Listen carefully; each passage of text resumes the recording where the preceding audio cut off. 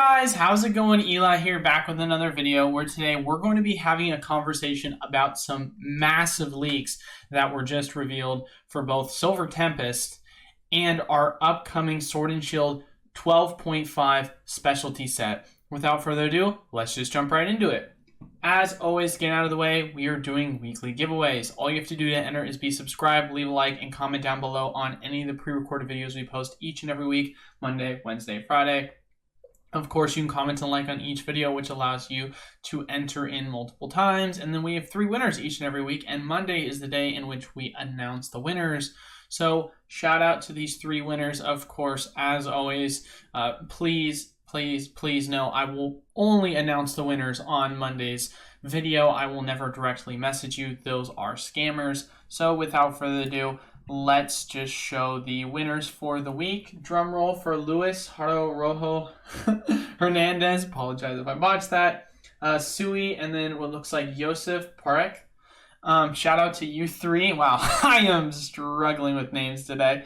Shout out to you 3 guys for winning the week. Of course, feel free to message me on Discord or email me. I do apologize for those people, by the way, that were sending me emails last week and I was not responding right away. I was not receiving any messages because we had an error when transitioning our website and the domain wasn't linked properly for the web DNS for me to receive emails. So we have that all fixed. So I should be able to respond back to everyone. So apologize about the communication on that regard. But without further delay, let's jump into the topic because it is a massive day for news in my opinion. And obviously there is a lot riding on today for Silver Tempest and the expectation that we have for it. And I'm going to explain to you guys, of course, what my overall thoughts were on the set leaks as we know so far. So first things first, there had been some early leaked cards. We don't necessarily know the full details of it, but the whole set list has been leaked. So I know I had talked to you guys saying basically that we would expect, of course, the news. It's funny because for those of you guys that were listening to the stream, one of the guys was saying to me or asking me the question on our live stream this last Thursday, I think it was.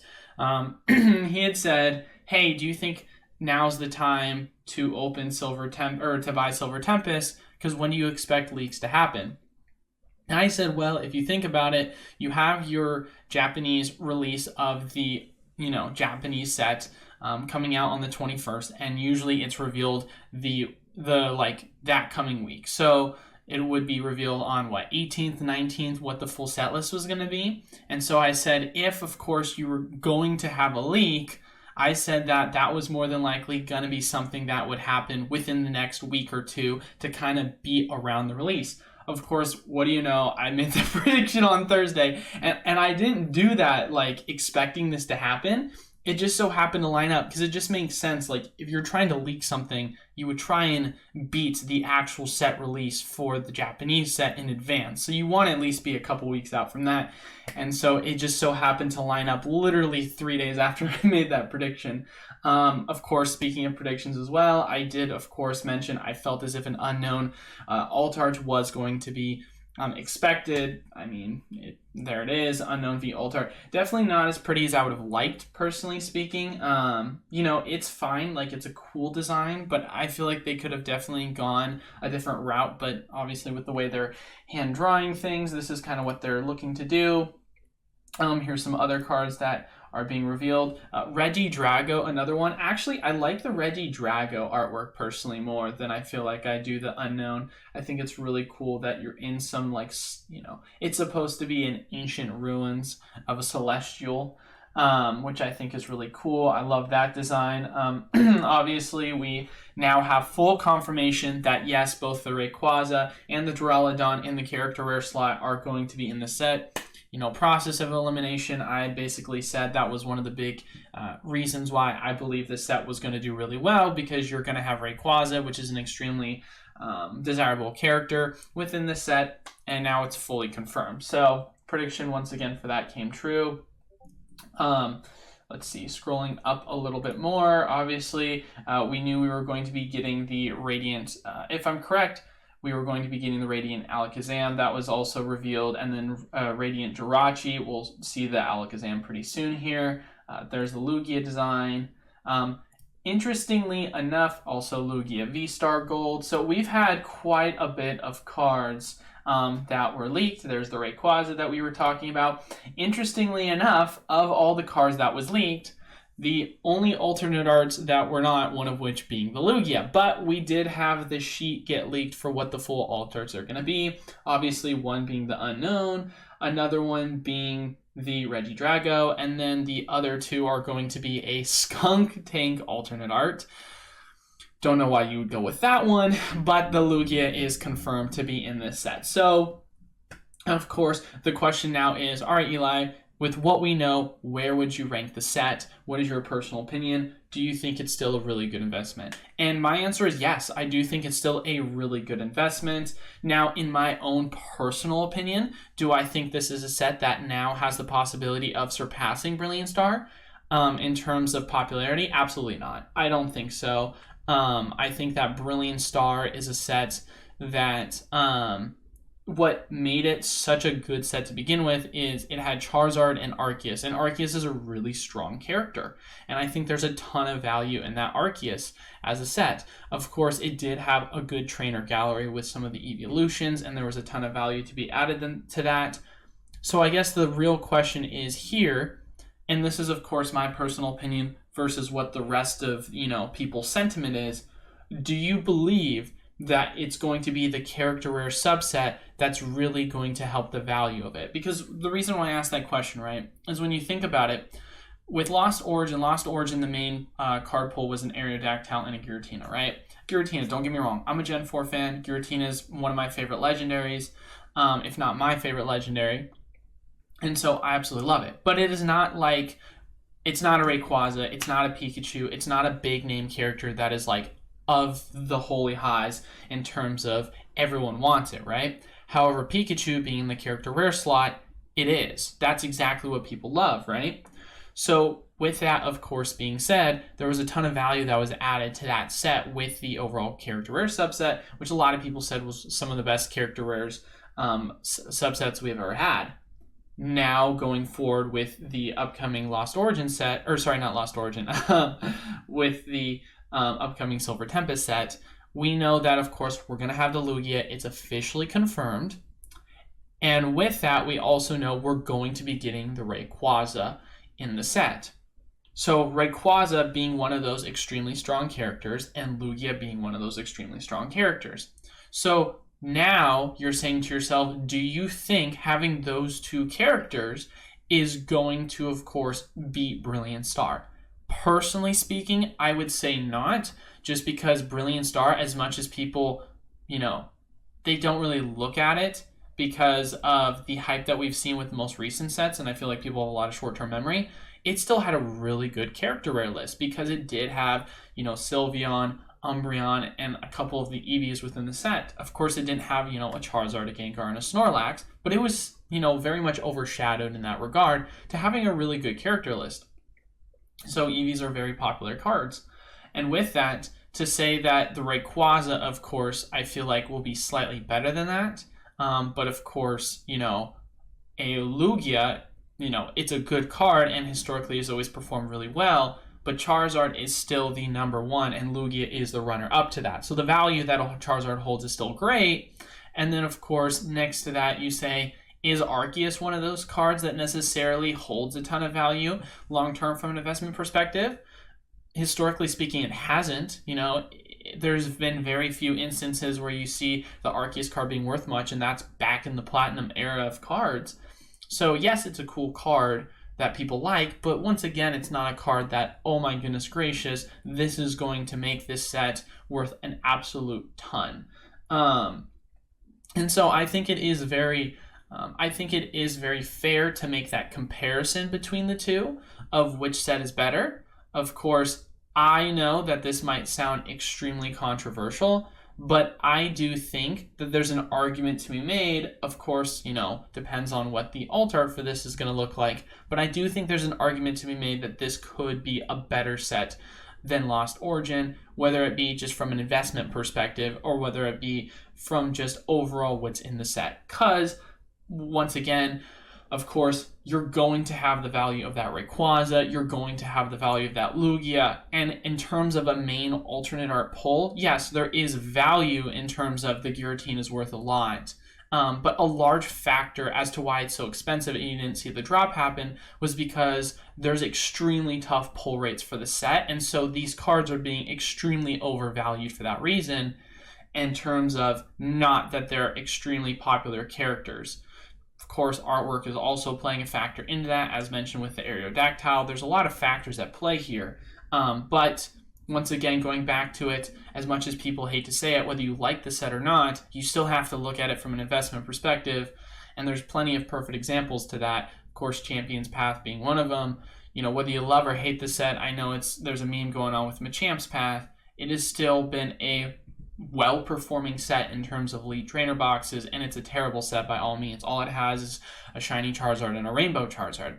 You take a look at Vivid Voltage, and yes, I might get a lot of flack for this, but I think that Vivid Voltage is an extremely overhyped set. Yes, I do think it's exciting that, of course, we do have a Rainbow Rare Chunkachu, and I think it's an awesome card. I love it, and yes, you know, having amazing rares in the slot I think is also a really cool design. Having that kind of rainbow fluorescence to it with the, you know, Celebi, Jirachi, Rayquaza, I think that's great. But in terms of the main hits in the slot, it's literally Chunkachu or bust. And so there's not really a ton to overall love in that set.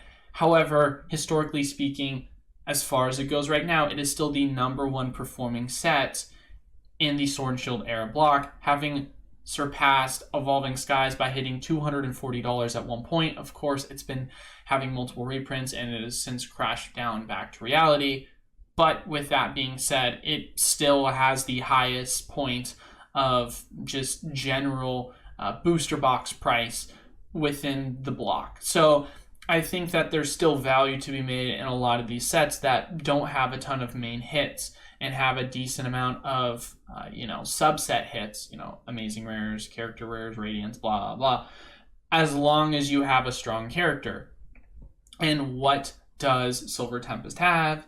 It has 2 amazingly strong characters. And so that's why I honestly think this set is still going to be an extremely popular pickup, because time and time again, whether you think the rest of the set sucks or not, whether you think there's not a ton of value to be had there, the value of these anchor characters it's just something you always have to factor for.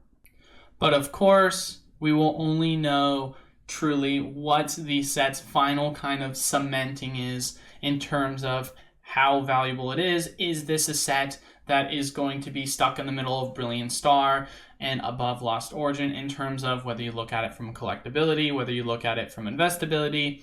Obviously, I would make the argument personally, just from what we know right now, it's probably going to be above Lost Origin in terms of collectability, in terms of investability, but probably below it in terms of collectability. I could be 100% off base on that. Of course, I'm just using the power of the anchor cards to my advantage in terms of this argument. But if you take those out of the way, kind of like Champion's Path, it's one of those sets that's very underwhelming to collect as a set, but is going to do extremely well long-term of investing. So, definitely very interesting to see. It's cool to see, of course, that we do get our confirmations of the cards we thought was going to be in it, and that's exciting to see, but also a bummer that it's not going to be one of those sets that's going to compete for the second place spot of Brilliant Star. So you have your give and you have your take, still going to do really well, still one of my favorite pickups, mainly because, once again, going back to it, $95 for a booster box that's going to include Lugia as a main set and a Rayquaza and a character rare subset that's going to be hard to compete for. But, of course, that is not the only main big piece of news today. Yes, that is right. We have a ton of leaks, and I will try and get to you guys later, either in the next video, or we'll talk about this more on the live stream if you want to tune in for that. But we have a large sheet that was leaked for the upcoming Japanese set, VStar Universe. We don't know what the English set name is going to be for that. We just know it's 12.5 and it's expected to come out sometime in January is the expectation. But we have one of the sheets that it looks like is being revealed. Of course, once again, leaks As you can see, you have a Pikachu character rare that's going to be included in the set. You have a Mew character rare, and then even more exciting, first off, I want to just mention this. I love this Mew character rare design. I think it's absolutely gorgeous. It's one of my favorite designs they've done so far for the character rare slot. But leading next into it, here's what so far one of the sheets looks like. I know this is kind of blurry for a lot of people to see. If you want to look, you can go to Pokemon TCG Saver, and you can obviously take a look for that. But in terms of just the overall sheet itself, it looks massive in terms of what character rares are going to be included. Like, absolutely massive. You can see Bidoof, Turtwig, you can see Mary, Pikachu, Numel. Like, there is a ton that is being included in this. And one of the individuals who actually leaked this, I'm going to give a shout out to his Instagram. It's all_sold_out LV. So he had made a post, or he had made a story that basically said that he was going to be releasing a video that was going to show the full leaks of the overall set. Of course, we have yet to see that be revealed yet, but when it does, I will keep you guys updated in real time or as quickly as I can, because this is absolutely going to be massive news.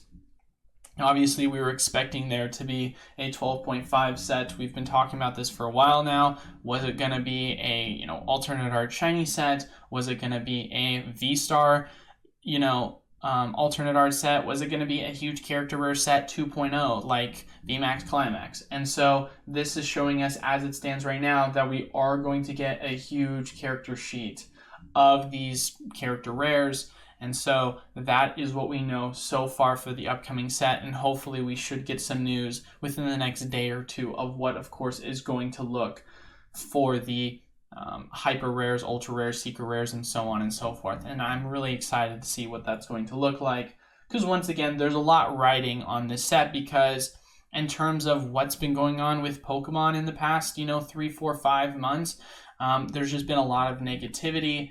People have been trying to get hype for Silver Tempest. People have been trying to get hype for this upcoming set. And so, like I said before, there's just a lot riding on this, especially when you're talking about a Pokemon product being a lot more readily available, a recession on the loom. And so you need to be able to keep that hype train alive when you know that there's going to be a lot of economic factors at play that is going to potentially cause there to be issues with overall product being moved and a lot of people being filtered into the hobby. Now, of course, Pokemon, as it stands, it's still doing fine as a hobby. It's seen a major drop off, but it's still doing fine. It's still in a very healthy position, but the momentum has definitely started to die down, and you're going to ask yourself the question, is this an opportunity for it to pick back up? But two main points wrapping up today's video. Obviously, we know what we're going to see for, or more than likely know what we're going to see for the upcoming leaks for the VStar Universe set. And once again, here's some street date leaks too. This is going to be, as you guys can see, coming into January. We don't know what the name of the set is going to be yet, but these are the street dates for it. And then, of course, the next piece is that we officially know what is going to be in the Silver Tempest set. So really big card news today, really exciting card news today. I definitely am still excited for Silver Tempest as a set. I can't wait to see what the Lugia alt art is going to look like. I think this is going to be absolutely massive when we know what the official design is, and I can't wait to see what the next leaks are going to be for the VStar Universe set that's going to be coming out in Japan. But as always, thank you guys once again so much for watching. If you want to enter into weekly giveaways, make sure you leave a like, comment down below, and subscribe to the YouTube channel. We post pre-recorded content each and every week, Monday, Wednesday, and Friday, for you guys to like, comment on, which allows you for multiple entries and multiple opportunities to win, of course, as always, because we're going to have 3 winners each and every week. But that is all for today's video. Thank you guys all so much for watching. Until then, I will see you all on Wednesday. Peace.